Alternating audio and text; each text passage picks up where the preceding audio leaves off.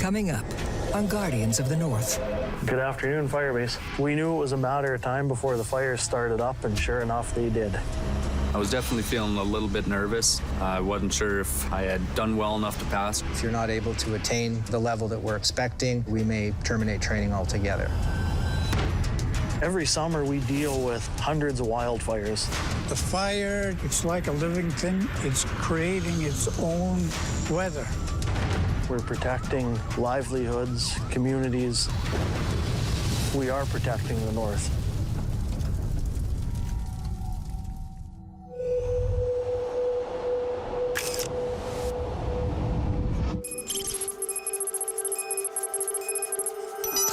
I got some natural barriers here, but I want some mud line put from point A to point B, and then from point A to point C. It's early June, and crews from La Ronge are battling one of the most dangerous wildfires in years. A massive blaze near a town with only one road in and out.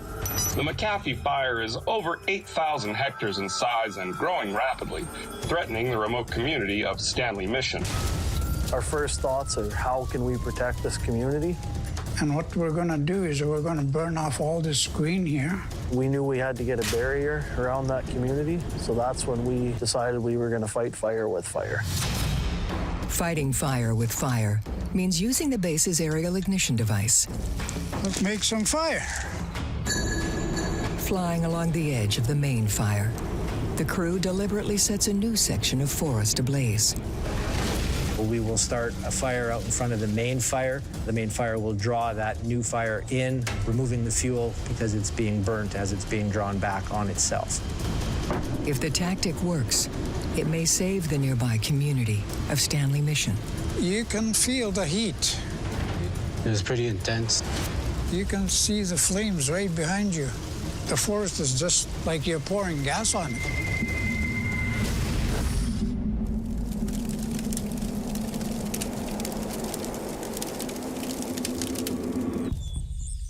Cloudy skies, temperature 22, RH of 35, winds are north-northeast at 5 to 15. They're calling for an 80% chance of rain today, but weathermen and politicians are the only people that get to lie and keep their jobs. Start of fire season, we've been testing out all our pumps and getting everything ready, making sure we're all good for when the first fire hits. We've kind of just been waiting here, waiting for the fire to come. 0.2 mils of rain in the last 24 hours. Fine fuels are 84. Temperature, humidity, all plays a huge role into fires. Most of our fires here are lightning strikes, and if it's hot and dry, they're gonna go.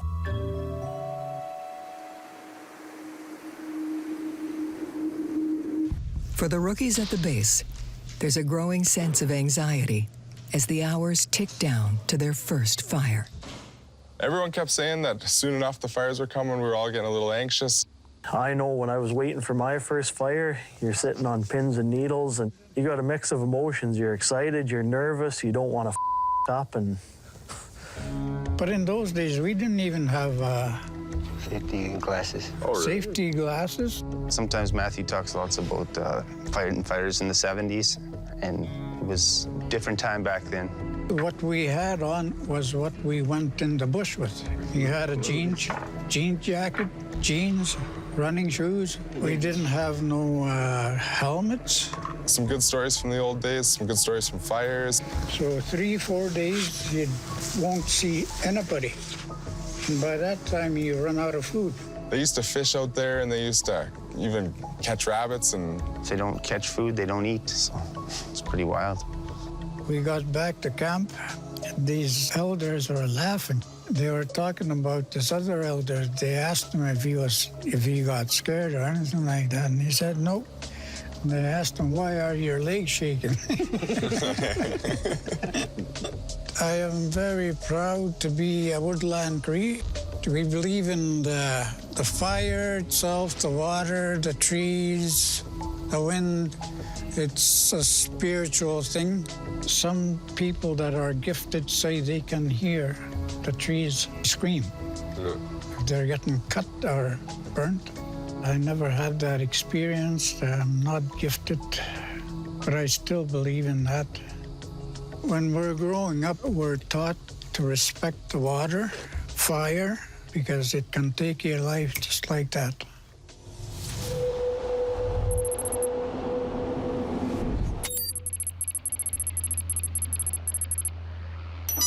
At the nearby tanker base, where they attack forest fires from the air, there's a similar atmosphere of hurry up and wait. It's good. Where did they build the line? Kind of by Pad 5. So it's fire season now, and we're basically on standby, waiting for a fire. You know, skimmers or 580s? 2 skimmers. Okay. Everyone's all over the place. Pilots, air attacks, absolutely everywhere. There's quite a bit of crowd coverage into the southern half of the province as well. Some people play darts. Some people rest up for the next mission. I like to bead. I like to make earrings, moccasins, mucklucks. It's part of my Métis culture. It passes the time while you're waiting for a fire. First fire I got in my training year was in July 29th. Late start. Whole season was pure rain. For rookie Travis, the nervous anticipation runs deeper. He's awaiting his final supervised check ride. He has to do well, or he won't be allowed to lead missions on his own as an air attack officer. Always tomorrow if today doesn't work out. Unpredictability of Mother Nature. So I've been getting some time in the air with an evaluator behind me. They're always watching my every move, and hopefully one of these flights, they'll be willing to sign me off and send me off on my own. First mission, 580s by yourself. It's exhilarating. It's all resting on you. It's an important ride for Travis. We have a line in the sand where if you're not able to attain the level that we're expecting, we may revisit your training or we may terminate training altogether. He's extremely nervous, you can tell, but he's trying to act cool. Hey, how's it going? I understand the feeling he has. No, not yet. A little bit of rain up here and just kind of sitting around waiting for now. I remember my final check ride, I guess, and it was nerve-wracking. You don't know what fire it's going to be or what's going to be happening. I just came back from maternity leave the day I got checked off, so it was my first flight, my first fire. I went on that day. I barfed my guts out, and then I went back in. I got my stomach settled, then I got checked off. It's almost a rite of passage where you now are able to do it yourself. You know, your training wheels are off, if you will.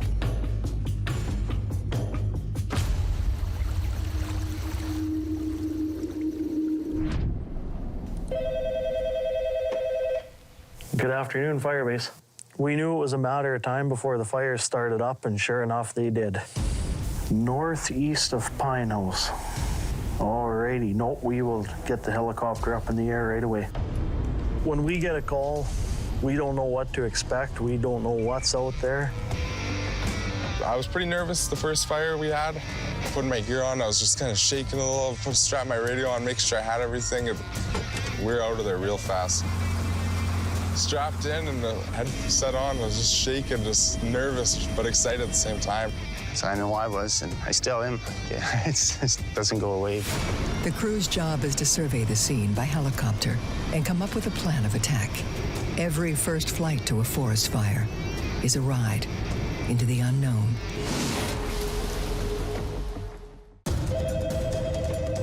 Good afternoon, Firebase. I was pretty nervous the first fire we had. We were out of there real fast. Can I go ahead?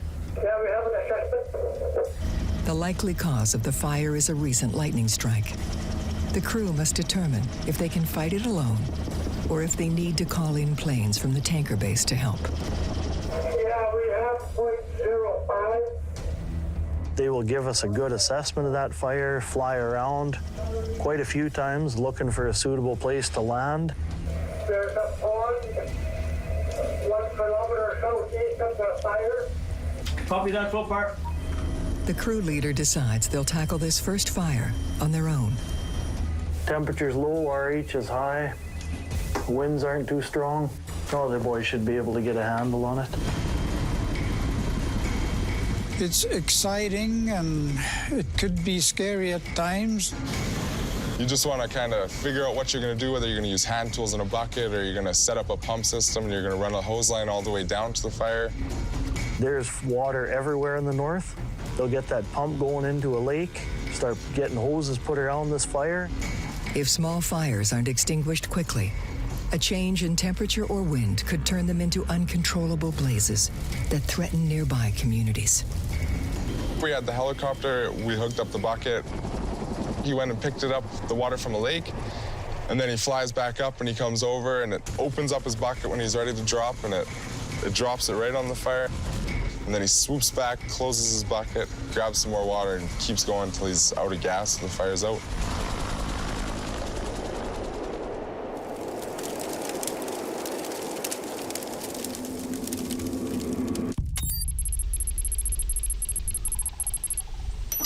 At the tanker base, all eyes are on a bigger fire burning to the east. If additional air support is needed, Travis may get a chance to do his final check ride. Hey, Eric. What's up? Did you see the new start keys going to? Oh, the needle. So he's going from here to here, and then he's going to end up over at the Richard. So I'd been waiting quite a while, and we'd been watching a fire on Wynn out towards the Manitoba border. Darker smoke starting to come up. Yeah. So they're having trouble holding the south right now. Looks like it. Well, I'm sure we'll see a little action today. Travis has been waiting, and finally it happened. We have a dispatch by the looks. Richard Fire. Okay.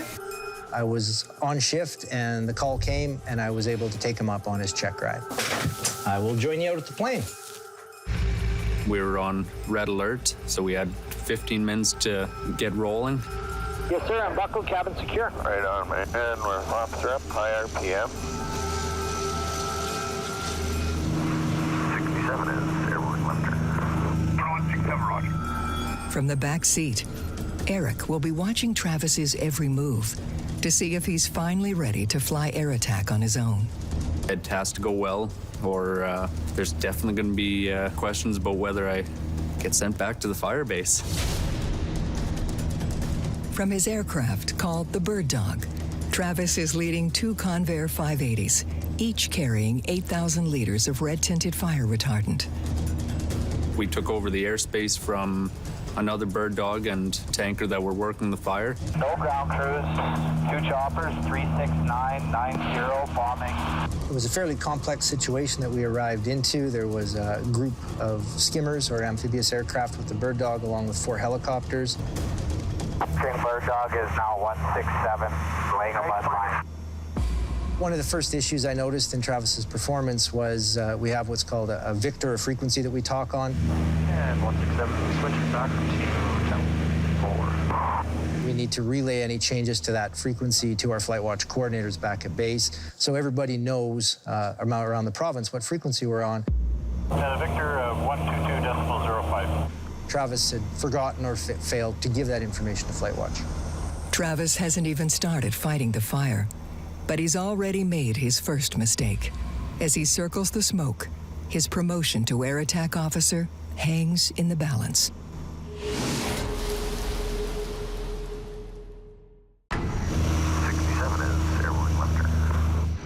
With his every move being scrutinized, Travis leads 2 planes carrying fire retardant towards the Manitoba border. We have what's called a Victor, a frequency that we talk on. And 167, switching back to 4. We need to relay any changes to that frequency to our Flight Watch coordinators back at base.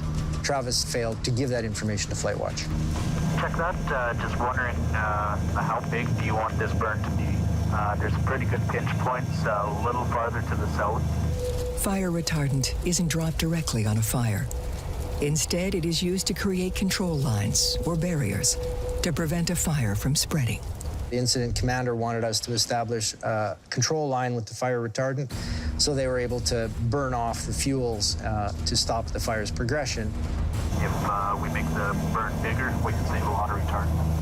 Travis very quickly identified that what they would like us to do was unattainable.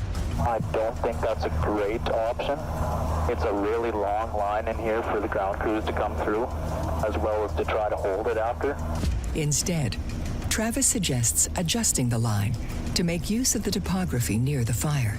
He decided to join up natural breaks, so water bodies that the fire would stop at. This little Mustang running left, right. I want to connect that stuff. His plan will save time and fire retardant. He had found some efficiencies and built a different line that did the exact same job. Anticipated it's going to be a 6-load commitment, and we'll be reloading out of La Ronge. I believe it ended up being 6 loads of fire retardant that we put out there. We have 1 reload inbound, and we sent the other one for a reload as well. Travis chose to reload the tankers, so that took an hour and a half. I would have preferred he would have called tankers out of another tanker base that could have been over top of the fire in 20 minutes. Back on the tarmac, Travis knows he made a few mistakes, but he'll have to wait for a full debrief and evaluation to find out if he passed or failed.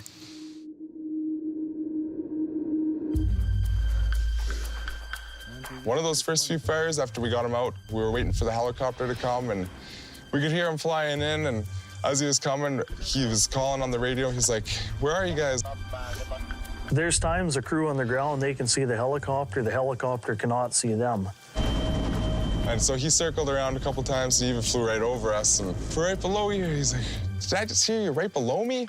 "Yeah, we're right below you, turn around." He landed right next to the lake, right on our chopper pad that we cut out for him.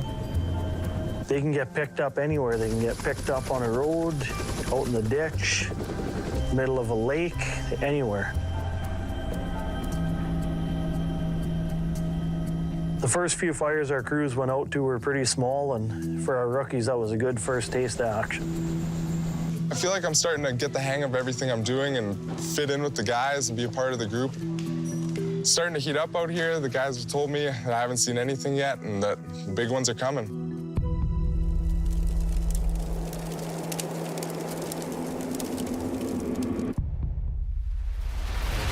Back at the tanker base, Travis faces the heat of a team debrief about the mission he led to the Richard fire. Communications, obviously some breakdowns with Victor's and bomb frequencies.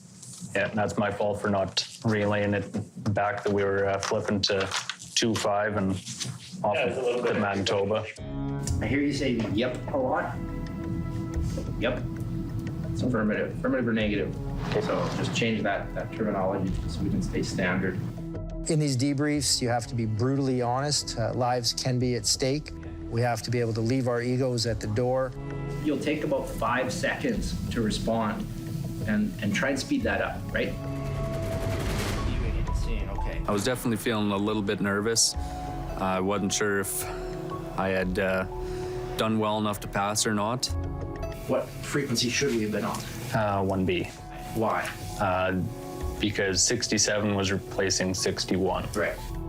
Okay, let's go to run descriptions. The good, the bad, and the ugly. Overall, I think they were good. I caught myself rambling at least once. The ugly, very first drop, they very clearly didn't understand what I was telling them, and that's on me if they don't understand what I want. We went through all of the areas of concern one by one, had a very frank discussion on them. So what do you think should happen now? If you were me and I was you, what would you say?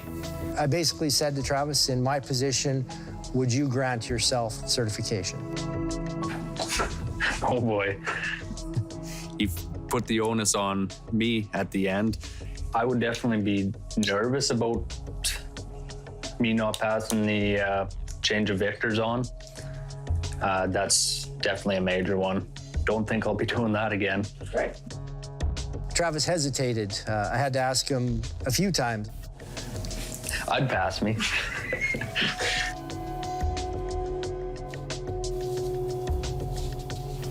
So I agree. Yes, I will sign off your paperwork. You did an exceptional job. You can pick apart any flight from an air attack officer. We all make little mistakes. Travis is no exception. The mistakes he made were not critical, so I'm very confident in giving him his certification. He did very well. Feeling pretty good, relieved it's out of the way. Been a long few months of training and finally good to go. Travis now will be able to fight fire from the air on his own with all of our aircraft. Good morning, everyone. Travis is fully certified.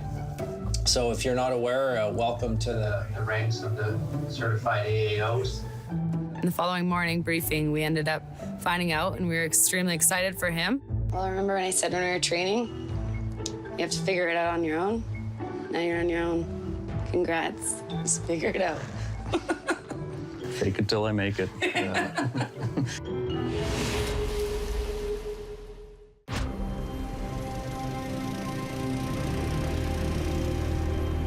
While we're waiting, we do a lot of other work to help other people out.